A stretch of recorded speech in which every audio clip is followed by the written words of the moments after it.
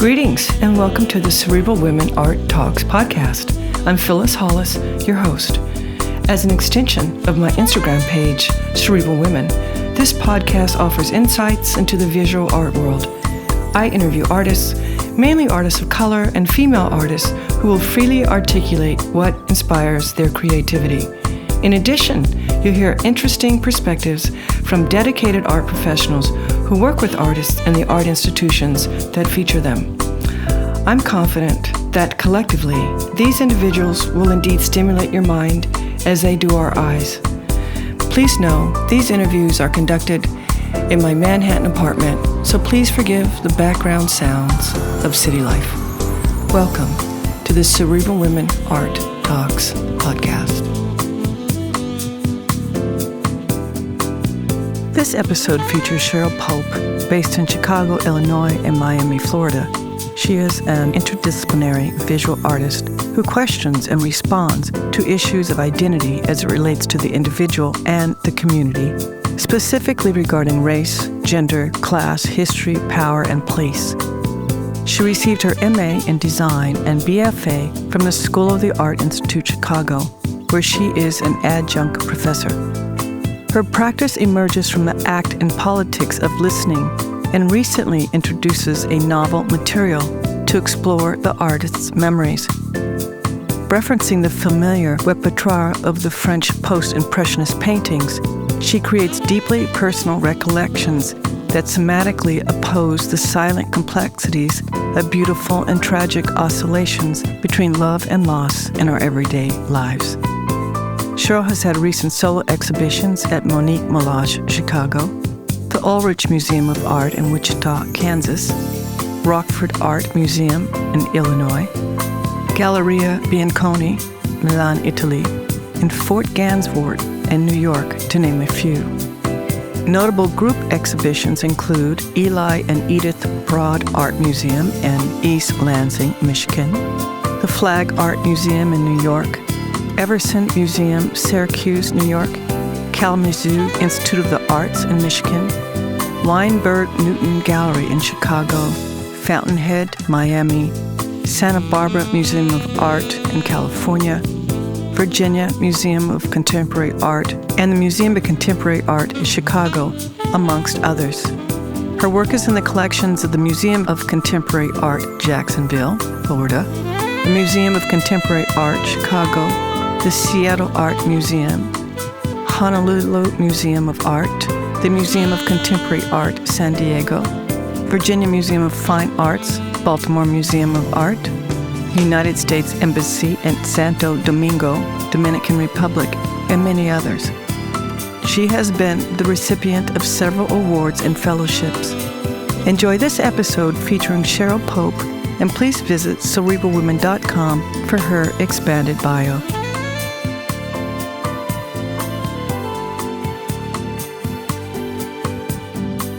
Cheryl, welcome to my Cerebral Women Art Talks podcast. I'm looking forward to our conversation.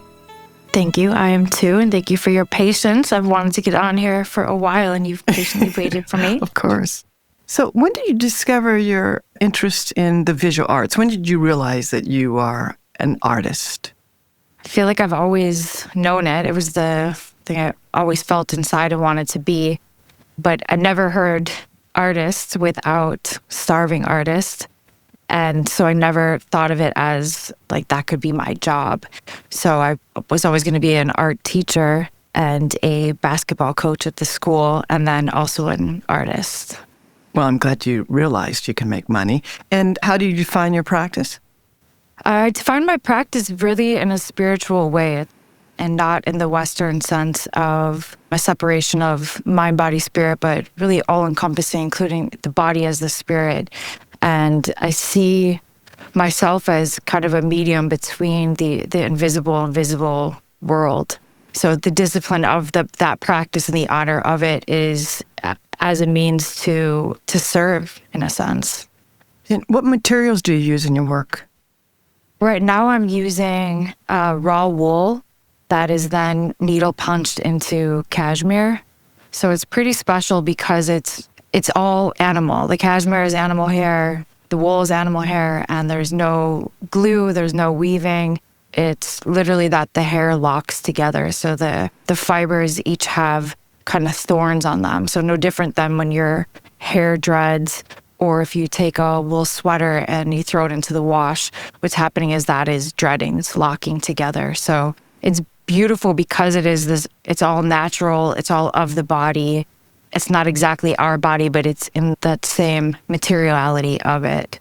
And there's no waste from it. And I think it holds a kind of special frequency because it is animal, because it is of the body. There's no plastic in it. So it has a pureness to it.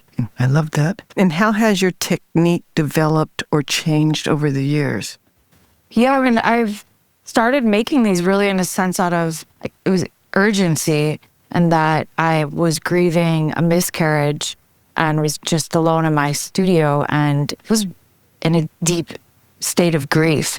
And I don't even remember how I kind of put together. I was thinking about the body, and the female body has this ability to make land in terms of making a baby. And this kind of lava that was flowing out of me, that was the loss of this baby, of this land.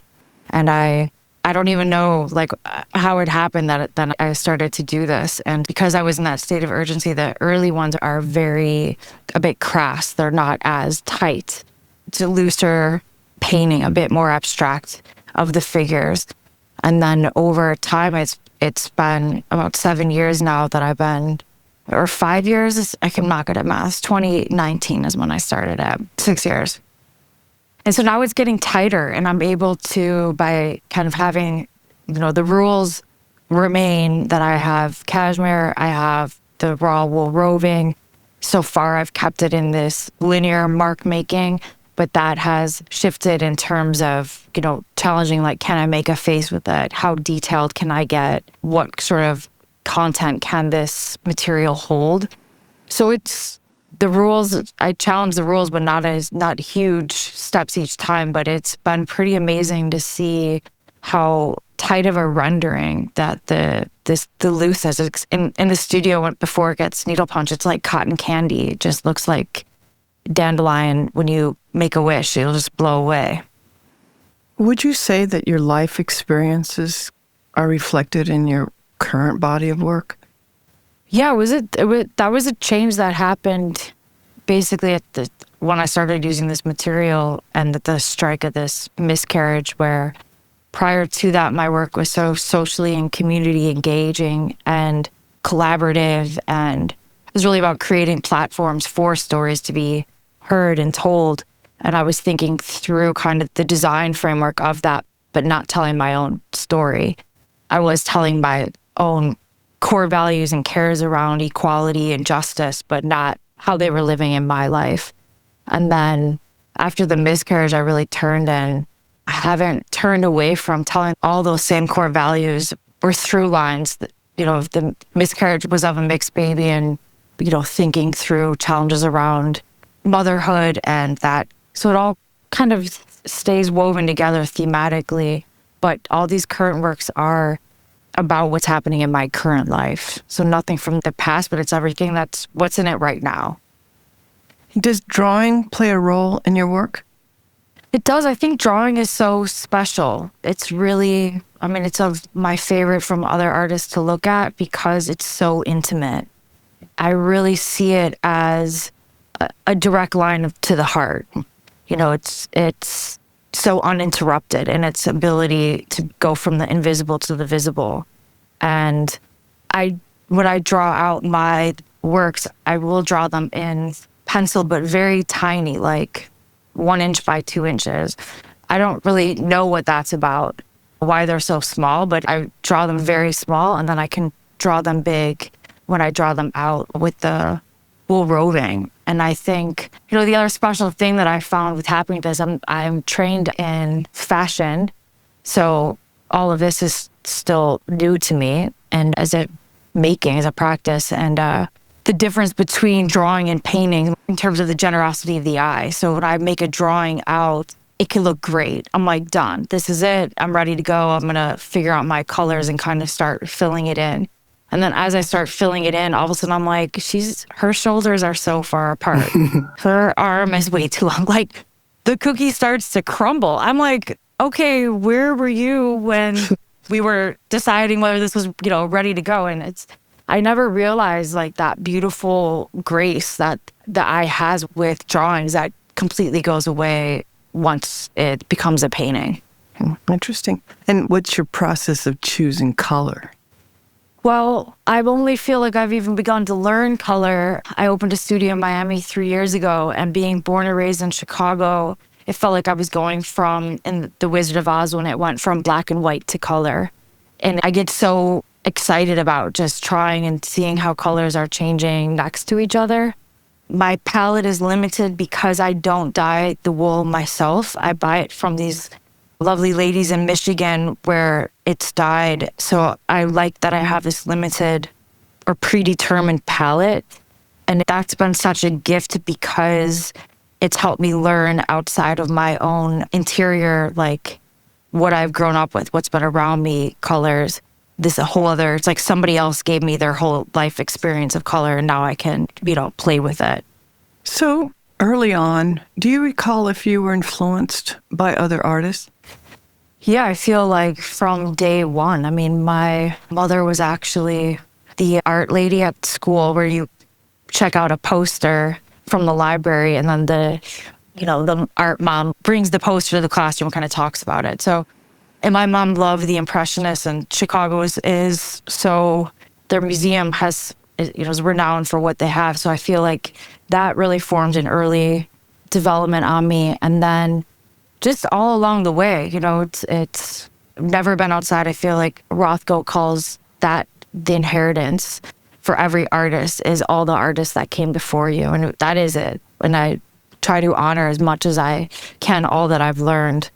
And then when I went to the Schoolyard Institute, I remember like the first day of class with Nick Cave, I walked in and just saw his eyes and said, "Can I intern for you?" And I didn't know what an intern was, but I knew in all art history there was always like an apprenticeship, and you would go work for another artist for like 10 years before you started doing your own and making their work and learning through them. And I loved that history. So he said yes, and then I studied and worked for him for 12 years. So till I was 30, from 20 to 32, I was in his studio, and it was really a game changer. I mean, I call it my like second education or childhood in a sense, because he taught me social skills, what to wear, how to move through the art world. I mean, he was in Fiber Art magazine when I started, and then he was on the cover of like Vogue and Harper's Bazaar when I was done. It was, he moved through, and I could see him, establish a relationship with Jack Shaman and, all of that on the outside world. And then on the inside in his studio, I live my life now exactly the way that he did his, which was you get up early, you get to the studio, you have really quiet like prayer time in your studio. I do repetitive work just like he did. Around 4 o'clock, you take a break and exercise, come back in, eat a clean meal, and then you work again until like 10:30.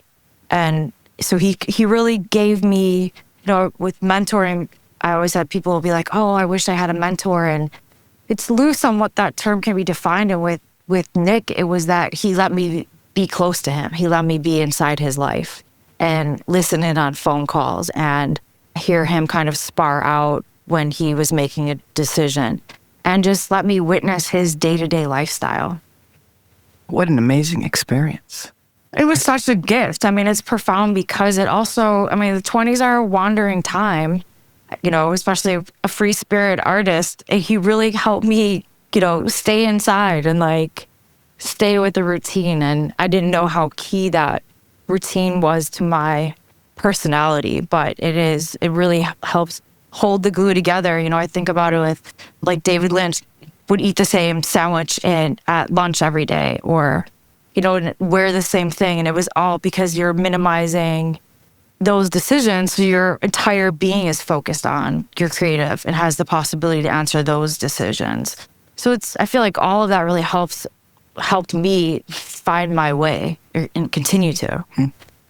And how do you keep learning? I think it is really with wonder, and I think that it also connects to what art does. And both being in the studio and looking at art it keeps reminding us of the mystery, of the magic, of the invisible and the unknown, and asking those questions. I worked at the Museum of Contemporary Art for about 7 years, and it was this very great time to work there because Wendy Woon was the director of education, and she's just a visionary, and she pioneered this change in the museums of interpretation that went from docent-led to artist-led tours. And on these artist-led tours, they were inquiry-based. So she switched the entire paradigm. Instead of walking up to a painting and have someone tell you what it's all about, you are led to a painting and encouraged to ask questions about the painting. And I think for me, that was, alongside Nick, became this other really important part to help define how I look at things. Because, when you grow up in public education, you raise your hand to answer a question. Everything has been on that step, that rubric. And to switch, it flipped my whole world, and then Google was right after it, where you can ask the question and look it up, so it was like win-win. Do you listen to music while you're working?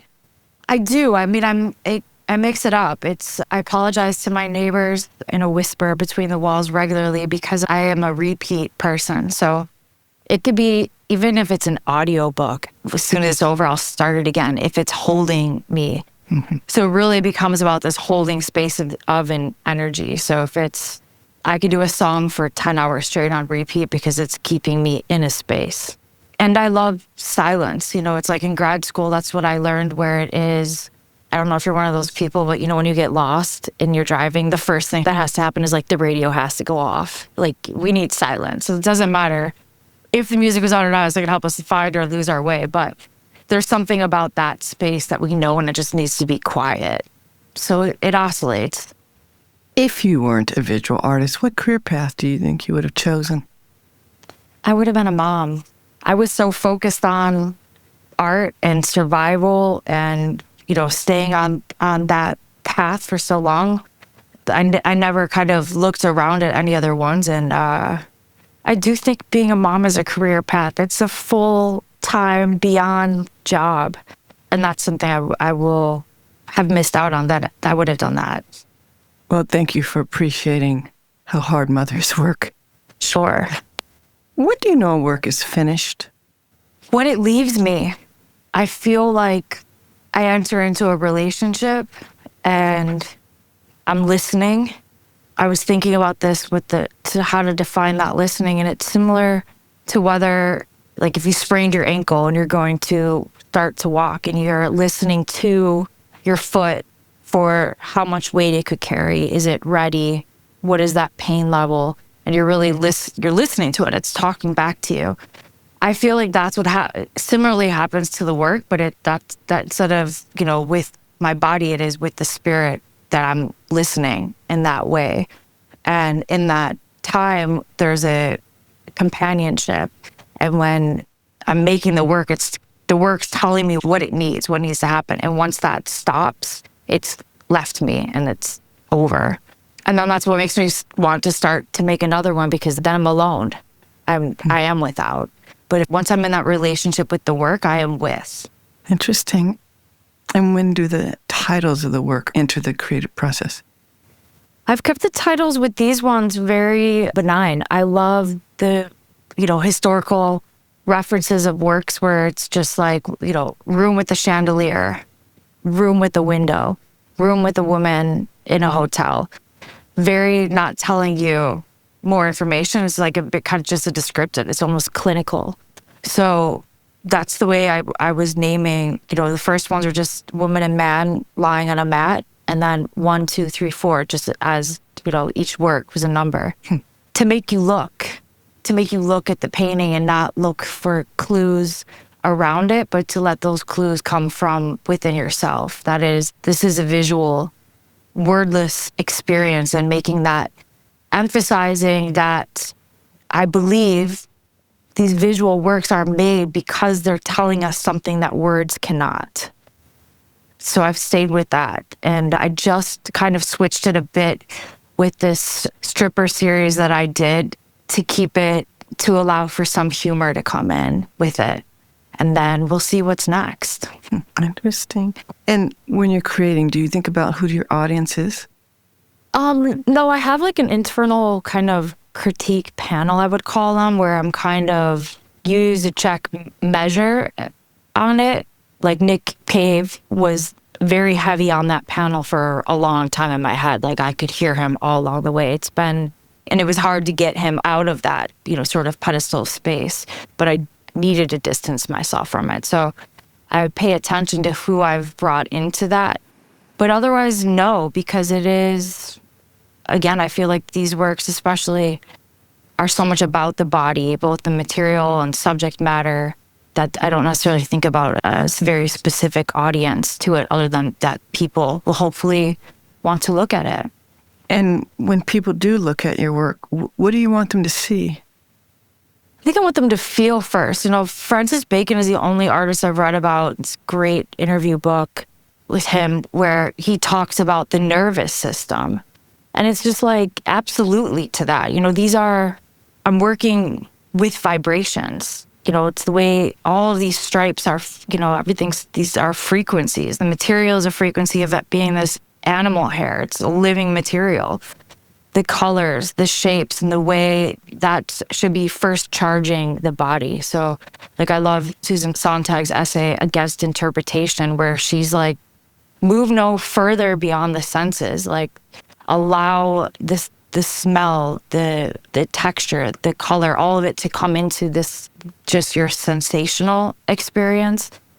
So I think starting and feeling there, and then, the long distance hope is that it somehow awakens an invisible part of you that you weren't hearing, that can now be heard or felt. I love that. And what are you excited about right now? I'm always excited about the body, and the body in, these simple ways of loving this philosophical theology, which is I didn't know that there was a whole study for that. There's a line I read just yesterday that was, the soul is not inside the body is actually inside the soul. And that's so beautiful and sacred, and those types of moments of when it opens. So it's both about kind of this philosophical mystery and the divine and thinking through it about in poetic ways. And then simultaneously, I love quantum physics and thinking about time and space and gravity and black matter and black holes, the cosmos, that other kind of infinity. So the infinity within, that obviously connected with that, but both of those kinds of a scientific thinking and then a very poetic thinking around that shared subject. And what do you feel is the purpose of art? I think similar to what I was saying with the hope when someone looks at my work is that these are, I guess in multiple ways I would answer it. I think that there are, just like with music, when I teach, I talk to my students with this, that, there's all different genres of music. And even in each genre, you can have your love song, your political song, your song to dance to. And we need all of those, and all of those move through our bodies and open us and challenge us in different ways.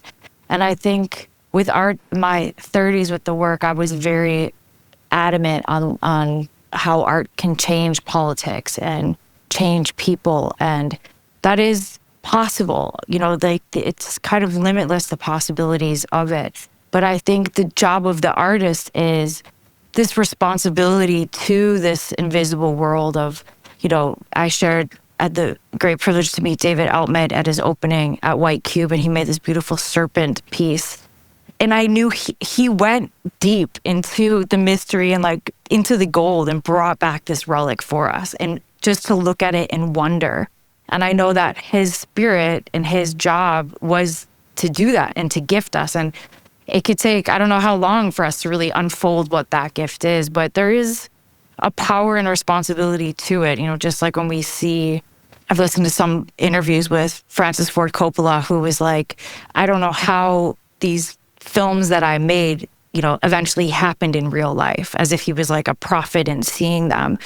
But I think who knows? But what I do believe in is that there is that intimacy with the mystery, and he was really tapping into it. So that power and possibility is there. What do you enjoy most about your practice? Living in a space that's intimate and vulnerable, and navigating that and feeling that and growing through it and getting to, I think the artist has the best job because our job is to trust the imagination and believe in it. And, I think with anything, even as grueling as sometimes these art fairs can be and all of it, I don't care because it's just still so awesome that people want to come together around the imagination and being able to meet other people, talk with you about it, and that people are curious about it and asking questions like, where did that come from? Like, did you just think of it? Or, to loop it back to this idea of wonder, in my 30s when I thought about pointing at things that were, injustice and wrong and trying to bring them into spaces where they could be seen and considered and thought about, I shifted to thinking about it. That change being possible comes from the expansion of wonder. And I think the exposure when we see the imagination and what the mystery of this body can do, and it breaks us, as a viewer open into that space of wonder, that's the loosening that needs to happen inside the body for change to come. I love your comment, the expansion of wonder. I've enjoyed our conversation very much. I can't believe how time has flied. So this is the last question. How do you want your art to impact the way people think? I think it's still, just in a trust in feeling. Like that's it. A trust in feeling in their body. It's good enough for me. Thank you. Thank you so much. I appreciate your time.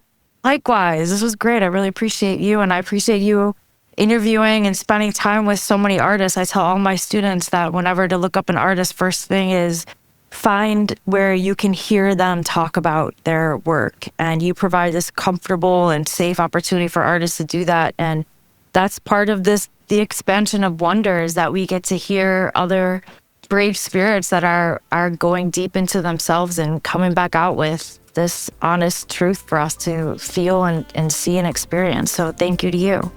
Art will save us, and artists have saved me. So I appreciate you all very much, and I really enjoy the work I do. So thank you. Thank you.